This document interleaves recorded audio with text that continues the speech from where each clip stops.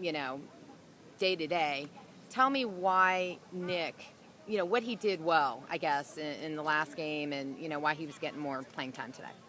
Both those guys, Nick and Devin, have gotten a lot of experience behind them, and I'm blessed to have three guys now that can play in a game that have done it for us. And so, when we get in a situation where we need to add a spark or change something up in a game, then we can switch our quarterbacks. And felt like Devin went in that last game and had a second 2-minute drive there at the end of the second quarter that did a nice job, got us in scoring range. And then the second half, we needed a change. And so we put in Nick, and he got us lined up correctly, made some couple correct checks, and put us in a position to move the ball. And how much does that experience last year of him being a starter, how much does Nick, I guess, have, I don't know, an advantage? I mean, what does he drawing from that? Both of them, because of that starting situation that they had, and then when Nick went down and Devin got in, both of them have that experience.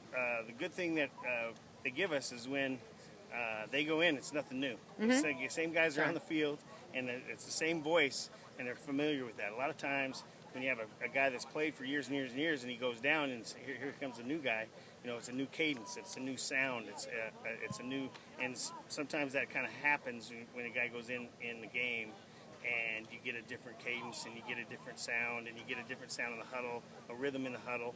And so with these guys, it should be nothing different. We can put any one of those guys in at any time in the game, and it should be like practice. We've had enough practice with those guys. They got a lot of reps in fall camp.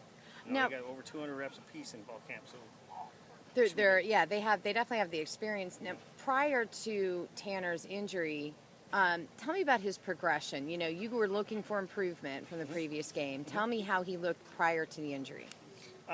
This was probably his best start. He was 7 for 8, and he was doing things right. He actually graded out really well in the plays that he was in, and so I was excited about it. As he progressed through the first 4 games, he started out with the ability to just take what the defense is giving. We didn't want to put too much on him. He wasn't trying to push too much, and then he started making some plays through those games. But when you start making plays, you can also start making mistakes. And so there was a couple points in some of those last couple games where he tried to force the ball, and it didn't work out for us.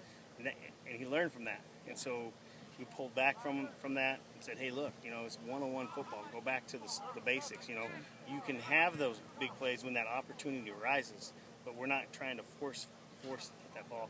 And so I felt like he really understood it. He had a great week of practice last week. He got in the game, and it was really on target, accurate throws, throwing the check downs, throwing the stuff that we needed to do to move the football.